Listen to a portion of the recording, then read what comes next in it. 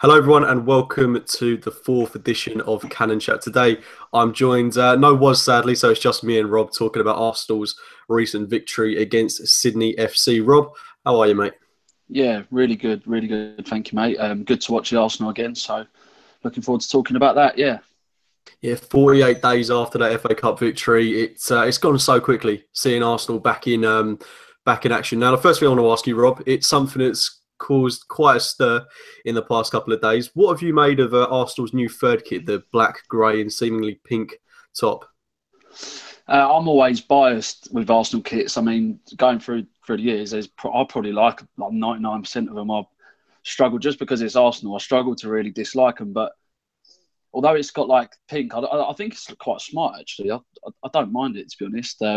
Really like the home one as well. But the third one, I know there's been a lot of hate, but I quite like it. I think it's quite smart. And obviously, we're only going to use it about 2 or 3 times this season. So I think the people that aren't really happy with it won't have to see it too much. To be fair, Rob, you say that the amount of times we sort of unnecessarily wore our third kit last season. I remember Watford away when I've no idea why we wore our third kit in that game. I mean, I think we're going to see it quite a bit, to be fair. I think we might see it quite a few times. And as you know, Puma want to get these kits on show as much as possible so that they do get those sales commercially. But yeah, I think it's not a bad kit. Personally, I think I preferred last season. I really was a big fan of that black and neon yellow. That was a really nice kit for me. But enough about that. We know you're all here to hear about the football. Rob, it was a decent performance from Arsenal today. A good 2-0 win, clean sheet. We saw the usual system, should I say, implemented once again. Three at the back. We saw Kolasinac make his debut. Lacazette came on. We'll get onto him a little bit later. Fantastic debut for him, of course. But what did you make of the game as a whole?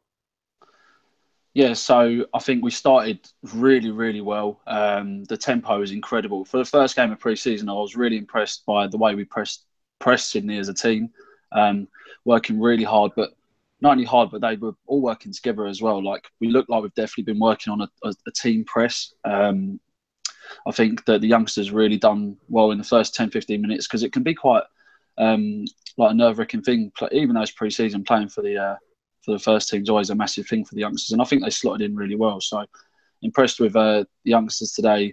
Work ethic was great. I'd say for about 30, 35 minutes, and then he started to tail off. But overall, it was quite a controlled performance. I thought we looked assured. And yeah, I really, really was happy with the system again for it at the back. Yeah.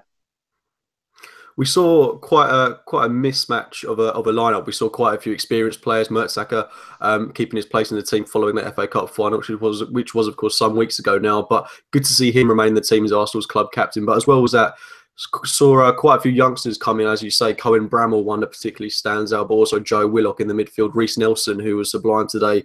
What did you make of that starting 11? Yeah, like you say, with a mix of experience and youth, it was a good chance to see sort of both sides of it. Obviously, saw in Kolasinac as centre half today. I think it was good to see him there because obviously I feel like we've signed him as a left-sided player, but it just shows again that what he's going to bring to this team, the adaptability, the versatility, the fact that he'll be able to slot into the back three quite nicely. Also, Christian Bielik had a solid game, I think, centre half next to Per Mertesacker. Overall, it was quite a nice mix. I think with Mesut Ozil playing with those youngsters as well really, really helps them because he just orchestrates everything. Theo Walcott in behind the striker. That's probably the one person in the team that I wasn't too impressed with today, and I think he's going to struggle in this system quite a lot. He looked quite lost at times today. Welbeck caused a bit of havoc up there as he usually does with his movement and his pace and stuff. Yeah, overall, it was nice to see. I mean, Joe Willock only really broke into the team last year. Cohen Brummel, as you mentioned, he signed in January. And I think for someone who's come from non-league, he looked really, really, really at home in this Arsenal team. And I think, considering he hasn't played anything for the first year, I thought he'd done really well. But yeah, the team looks good. And then, obviously, I don't think we can read too much into when the whole team was changed because it just caused a bit of chaos. Obviously, you mentioned there Theo Walcott, and he's a player that came under a lot of scrutiny today. He came under a lot. I saw on Twitter that he was getting quite a lot of stick off Arsenal fans, and Maybe rightly so, but then again, I do think people are a bit quick to overreact on the case of Theo Walcott. He scored 19 goals last season. It's our first game back. He's always going to be that little bit rusty. But there were some clear-cut chances today, especially that one where we did end up getting a penalty from. But you do think that he should have been putting that in the back of the net. There were quite a few opportunities where he should have put himself on the score sheet. Does it worry you perhaps that, you know, he's been in the club 10 years now. We have this conversation time and time again about Theo Walcott. If Woz was here, he would rightly say that he scored 19 goals last season and he will score more next season. I've got no doubts about that. But do you think that Walcott now is, you know, he's becoming more of a fringe player than he is a first-team regular?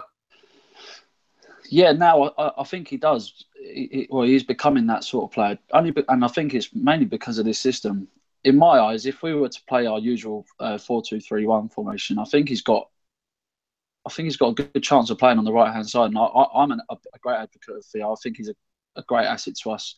Gives us something different. And he's got that killer type style of play where he will get you goals from wide. And I mean, 19 goals isn't anything to be sniffed at. Yes, some people will say that they were against sort of lower opposition and stuff, but he gets himself into great positions from that wide berth. But just thinking in this new system, he's going to struggle. I don't think he's intricate enough. I don't think he's had the experience centrally in that sort of role, and I can't see him playing as the lone striker either. So I think the system's going to determine how much Theo plays this year. And if we do stick with this back three, I can't see him playing too much. So yeah, he may become that fringe player this year, which is a shame really. But I think we should keep him.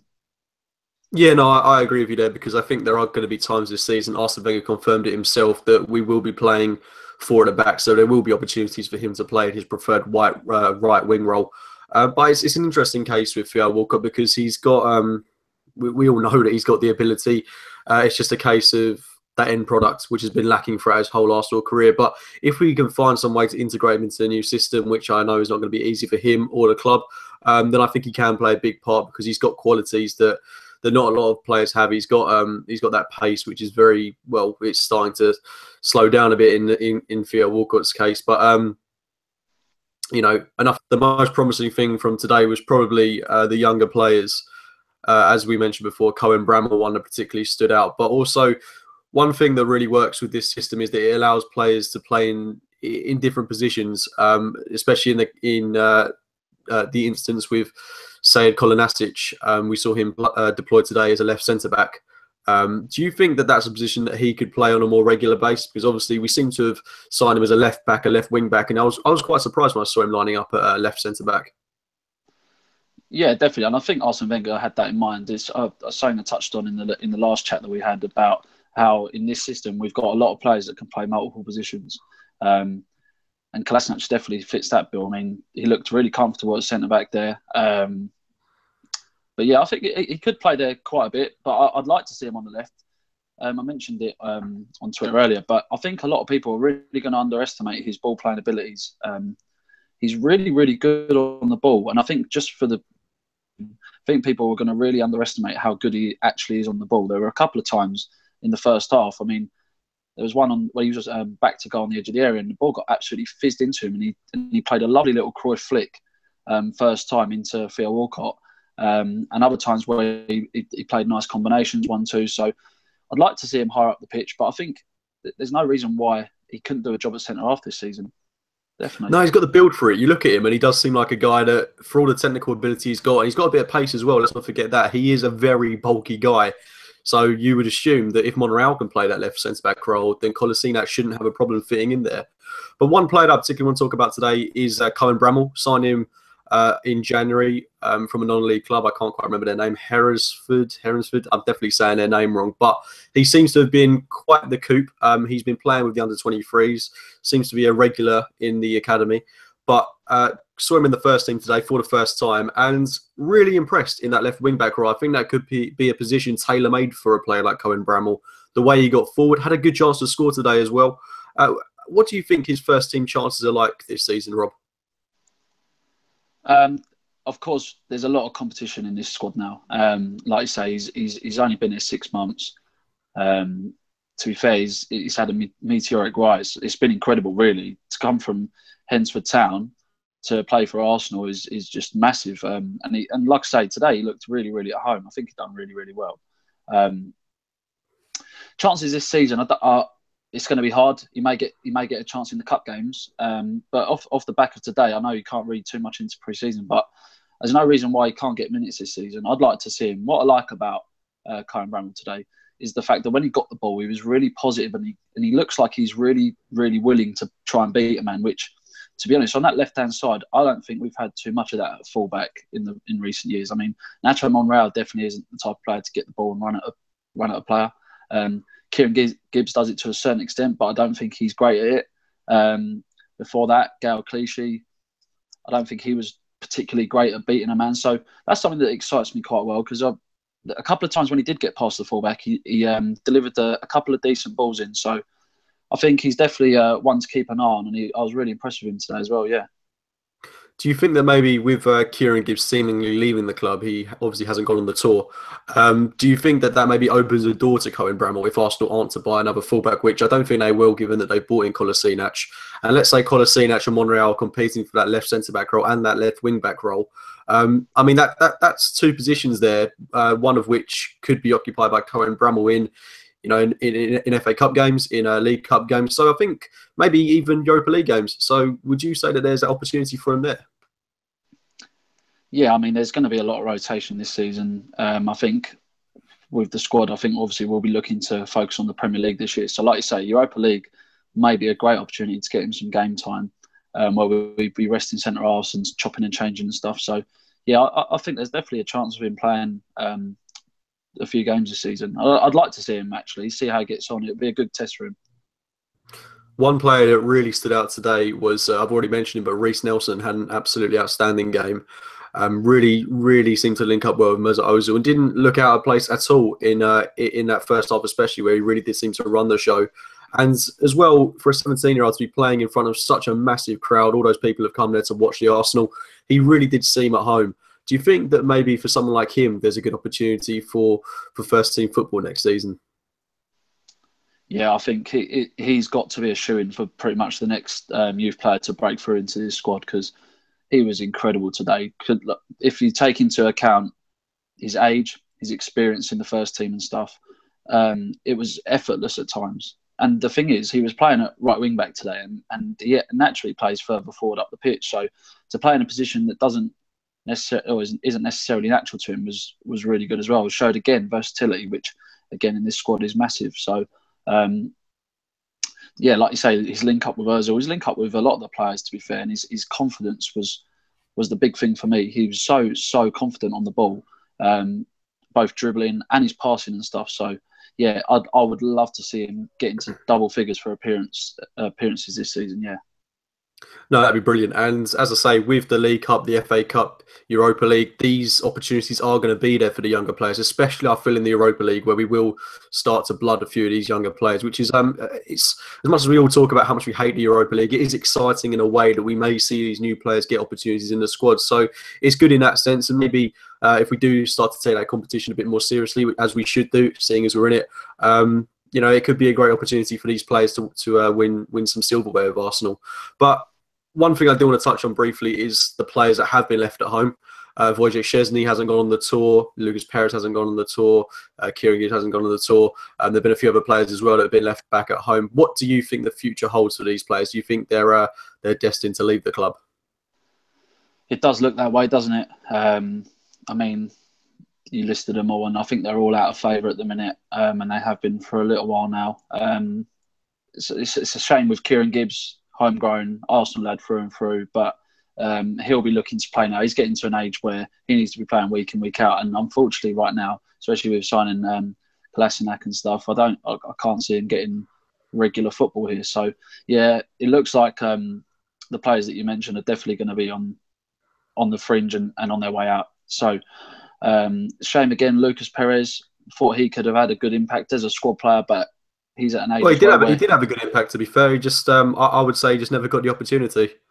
Yeah, of course, yeah, definitely. But it's another case of where he's like, I don't know, was he 28 years old, something like that? Coming up to 29 now. Exactly, and he'll be coming into his like prime years now, and he needs to be playing regular football. And unfortunately, he's not going to get a run. Signing Lacazette, we've got other options as well. Yeah, so it's a shame, but I think it's good if if we can sort of move them on, it helps them. But most importantly, I think it helps keep us fresh. It helps keep the squad ticking over, and it allows us to bring in some of these youth players that we've seen today. Yeah, definitely. No, I couldn't agree with that anymore, mate. So let's talk about the game itself. That opening 5 minutes couldn't have gone any better, really. We got that goal through Per Mertesacker, and as you say, the tempo really was looking good from Arsenal. We had that high press, played some very good football. Maybe should have had a couple more goals. We had the opportunities too through the likes of Theo Walcott. And the next real chance we did have to score was the dubious penalty decision. Danny Welbeck's run up to it, missed it. The commentators were saying at the time that he sort of half-heartedly went for it, considering that he knew it shouldn't have been a penalty. What did you make of the incident as a whole? Well, first of all, Danny Welbeck done really well to anticipate the back pass. It was a really bad one, but yeah, he done really well. Kept himself composed. It wasn't a great angle for him, so he could have shot and missed, but instead he done really well to hold the ball up and lay it to Theo. I think Theo, he should be scoring there, really, to be honest. But it was a great block by the defender. Absolutely horrendous decision by the referee. To be honest, actually, when I first saw it live, I said that's got to be a penalty. It looked like it hit his arm, but it's hit him square in the back. So, yeah, awful decision by the referee. But it was funny, in the lead up to Welbeck actually taking the penalty, he was constantly looking behind him, and the Sydney players were getting in his ear 100%, saying, "Come on, mate, we all know." Like, you heard the crowd reaction when they saw it on the screen that it hit the guy's back. So I think that must have played on Welbeck's mind a bit. I'm not excusing the fact that he missed the penalty, but it didn't look like he took it with any conviction. No, he barely ran up to it. Yeah, it was. I think he was resigned to. Yeah, no, I suppose it's hard to blame him, but professional should just do his job at the end of the day. Moving on from that, let's talk about our new signings, Kolasinac and Lacazette. Obviously, we've touched quite a bit on Kolasinac already, but his all-round game, his technical ability, very, very promising. Do you think that he's going to be a first-team regular for Arsenal next season, competing with Nacho Monreal, who came on in that second half? Yeah, I can see him as a starter for the first team, probably on that left-hand side. I think with how comfortable he is on the ball, I think he's going to be a great asset to us, because with this system, there's a lot of combinations that can be had, and I think he showed that really well today. Didn't matter who he was combining with, he was playing good, quick, tidy football. Yeah, I think he's going to be great. And like you say, his sheer size, his athleticism is incredible. He's an absolute man-mountain of a guy, but he's deceivingly quick as well. So I think he's definitely going to be a first-team regular. And the fact that we got him for nothing is such a bonus, because I think if he was on the market, you're looking at 20-25 million plus for someone like that. He was Bundesliga team of the season, and I think we've had a real shrewd bit of business there. I'm really looking forward to seeing him in an Arsenal shirt regularly. No, I think for me, he's definitely going to slot in for Arsenal regularly. But it's a great problem to have, really, with him and Nacho Monreal as well. Both exceptional players at what they do. Monreal, of course, can play left centre-back, can also play left wing-back. Seems to be very capable in both of those positions. And he came out the other day and just said that he wants to play. So it's great to have a player like that. And Kolasinac as well, younger, very, very fit, very athletic, as you say. Very good problem to have, having such good fullbacks on that left-hand side at the minute. But one issue that maybe we do have on our right-hand side is with Debussy and Jenkinson, of course, being left out of the club. Do you maybe think that we should be looking, I know we've touched on this subject before in a previous video, but do you think that maybe we should be looking to invest in another right wing-back? Yeah, I think we've got to, like I said in the last chat that we had, I think it's something that's gone under the radar a little bit.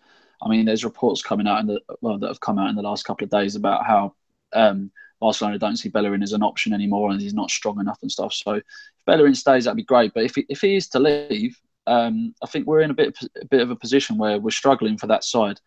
Again, it's going to depend on the likes of whether he's Oxlade-Chamberlain, whether he's staying or not. But I think I can't see anything internally, and I'm not the likes of Gabriel, Callum Chambers deputising in that sort of position. I really think we need someone who's not necessarily a specialist, but someone who's more naturally inclined to playing in a right wing back role, because they need to support both defensively and attackingly. And I just don't see what we've got internally that could prove to be a solution. So I think it's a no-brainer to invest in there. But I'm not sure who Wenger will look to. I like the look of Sidibe from the French league. I think he could be a good fit. But again, yeah, it depends on what the players are going to be doing in our squad. Well, I think it's a given that Bellerin will stay. Wenger's rejected any sort of talks of him wanting to leave the club, and if we can get Oxpen down, who I think is more than happy to stay at the club, I think all this talk about his contract is mainly down to his agent, and that's just me making an honest guess, but I believe that could be the case. And once we do get that sorted out, hopefully we will. We've got two very good options there in Bellerin and Chamberlain. And Chamberlain, when he came on today, was absolutely rampant. He looked really, really, really good in the team. So I'm hoping that he does remain on the club beyond this season. But let's talk about a player that everyone wants to hear about. Alexandre Lacazette had an absolutely brilliant debut. He was only on the pitch about 25 minutes.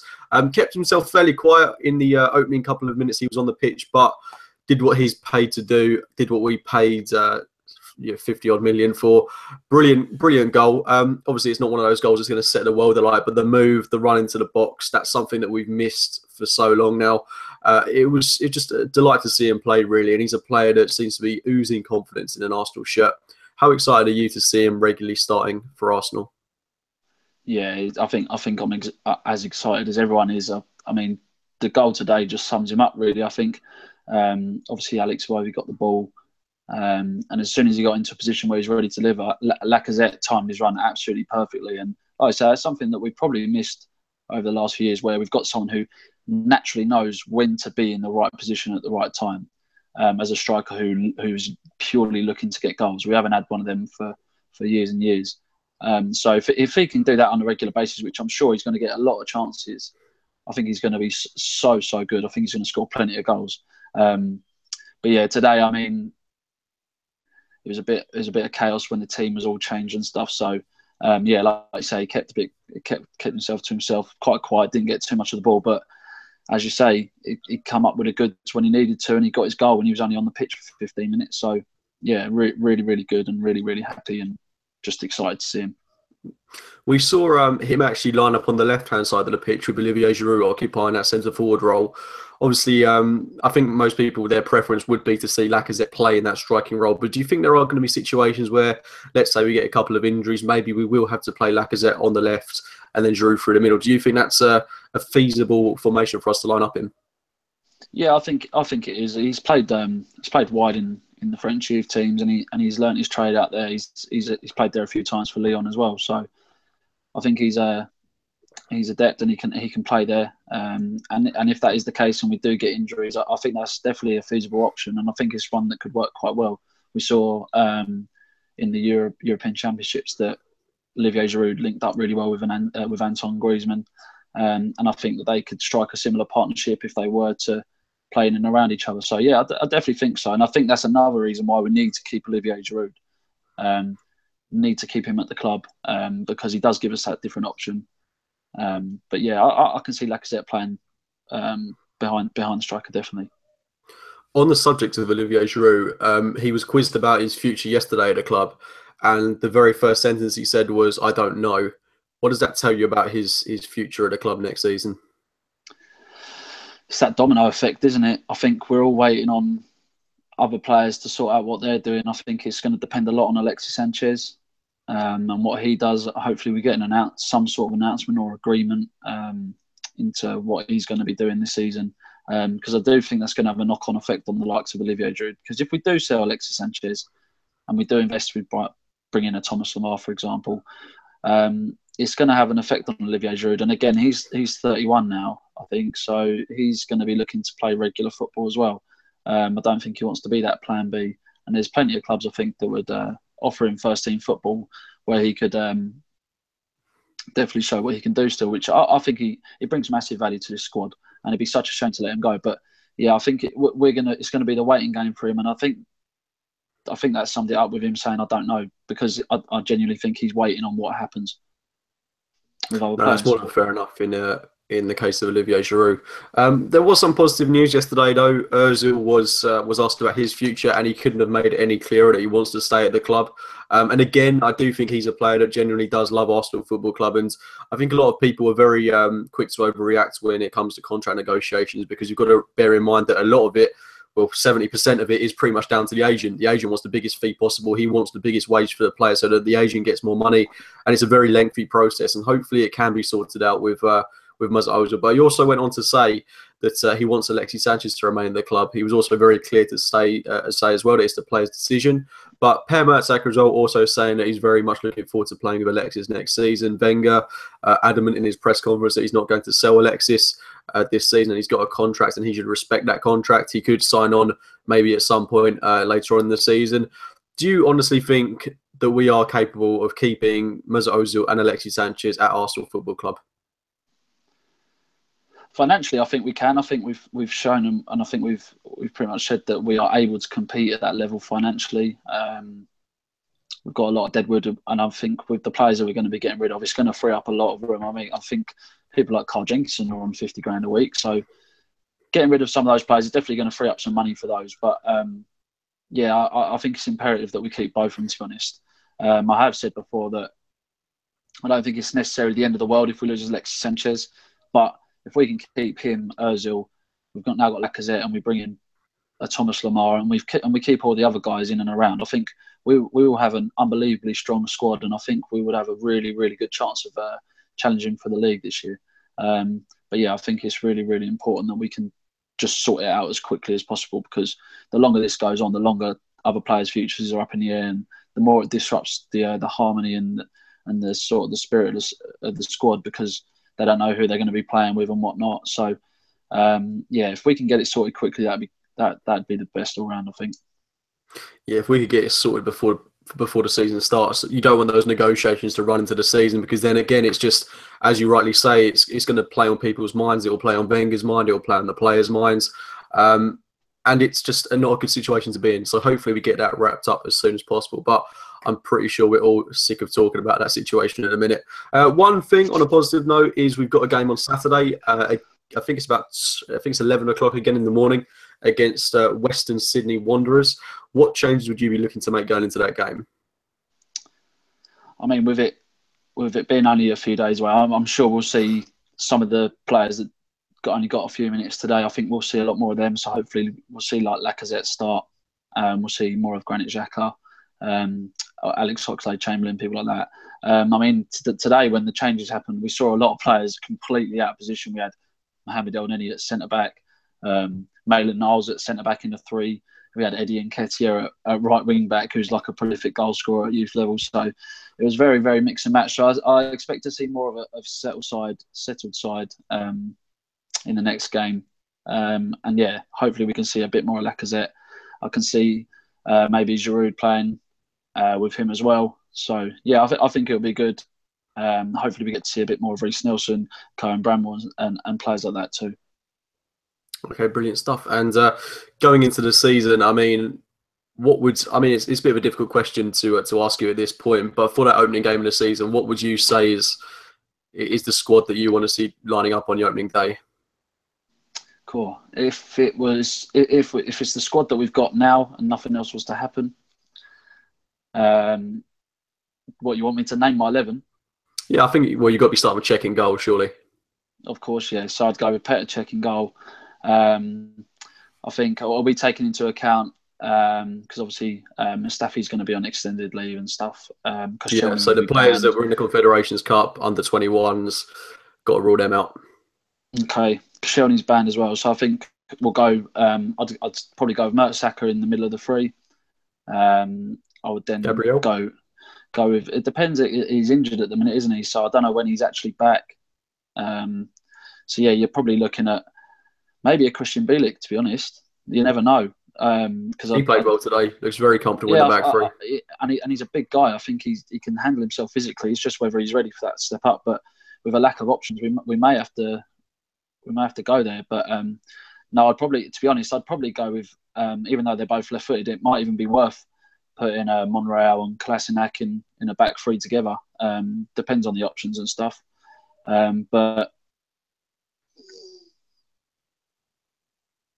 no, actually, scrap that. I think I'd go Monreal centre-back with Per Mertesacker, and I think we'd have to call in a Holding or a Chambers. I think we'd absolutely have to for the first game. Kolasinac on the left. I would have Bellerin on Oxlade-Chamberlain on the right. I would have Granit Xhaka and Aaron Ramsey as a 2. And then I would have Ozil and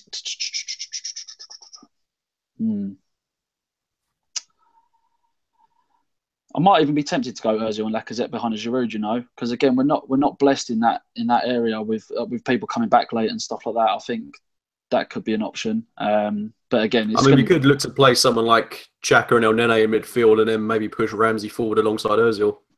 Yeah, definitely. That's definitely an option as well. Probably more likely to do that, to be fair. And then obviously we've got incoming signings that could potentially happen as well. Your Thomas Lemars and stuff. But yeah, if that was the squad, that'd probably be the team that I'd go with. Brilliant stuff, mate. And on that note, we'll wrap it up there. Slightly shorter one today, just talking about Arsenal's game against Sydney FC, a 2-0 victory to start pre-season. Hopefully, we can build on that with a win against Western Sydney Wanderers on Saturday. And then we've got some more difficult games coming up against the likes of Bayern Munich, Chelsea, and it's not around a very tough pre-season. But thank you for joining me today, Rob.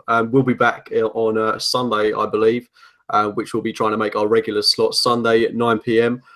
Keep an eye out as well on the Twitter. We've got some stuff to announce on there as well, but I won't mention that for now.